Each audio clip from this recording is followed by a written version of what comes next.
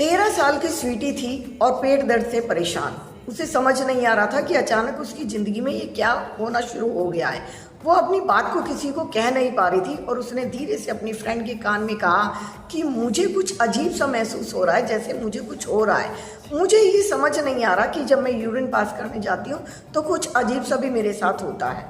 उसकी फ्रेंड ने कहा कि ऐसा कुछ नहीं है, ये एक नॉर्मल चीज़ है, क्योंकि उसकी फ्रेंड को 1 साल हो चुका था और उसकी फ्रेंड्स को पीरियड होने स्टार्ट हो गए थे। लेकिन स्वीटी अपनी बात किसी से नहीं कह पा रही थी। उसकी माँ इस चीज़ को समझ नहीं पा रही थी। उसको लगता था कि जैसे मेरी बेटी को कहीं नज़र लगी है और बुखार हो गया है।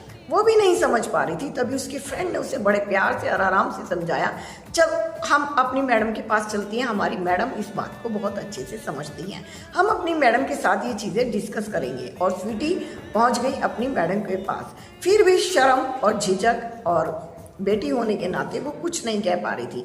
वो अपनी टीचर के साथ डेली बातें करती थी, लेकिन ये नहीं बता पा रही थी कि ये किस तरह के चेंजेस उसके जीवन में आ रहे हैं।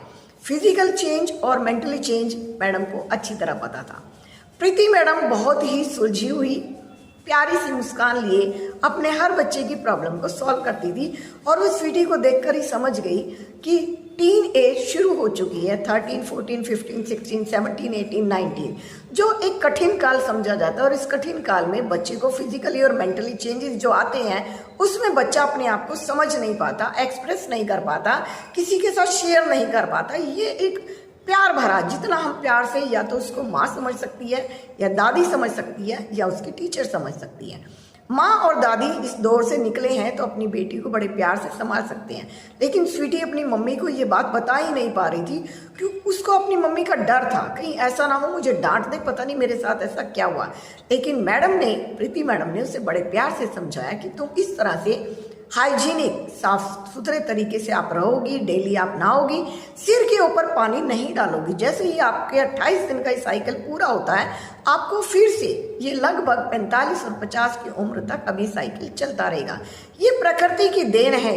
और बेटियों के शरीर में ये चेंजेस आते हैं, लड़कियों के शरीर में चेंजेस आते हैं, इसलिए घबराने वाली कोई ऐसी बात नहीं है। हाँ, हल्का सा दर्द, ब्लड की कोटिंग जो बनते हैं, उसके लिए आप गर्म पानी का यूज़ करेंगे। गर्म गुनगुना पानी जितनी बार भी पिएंगे।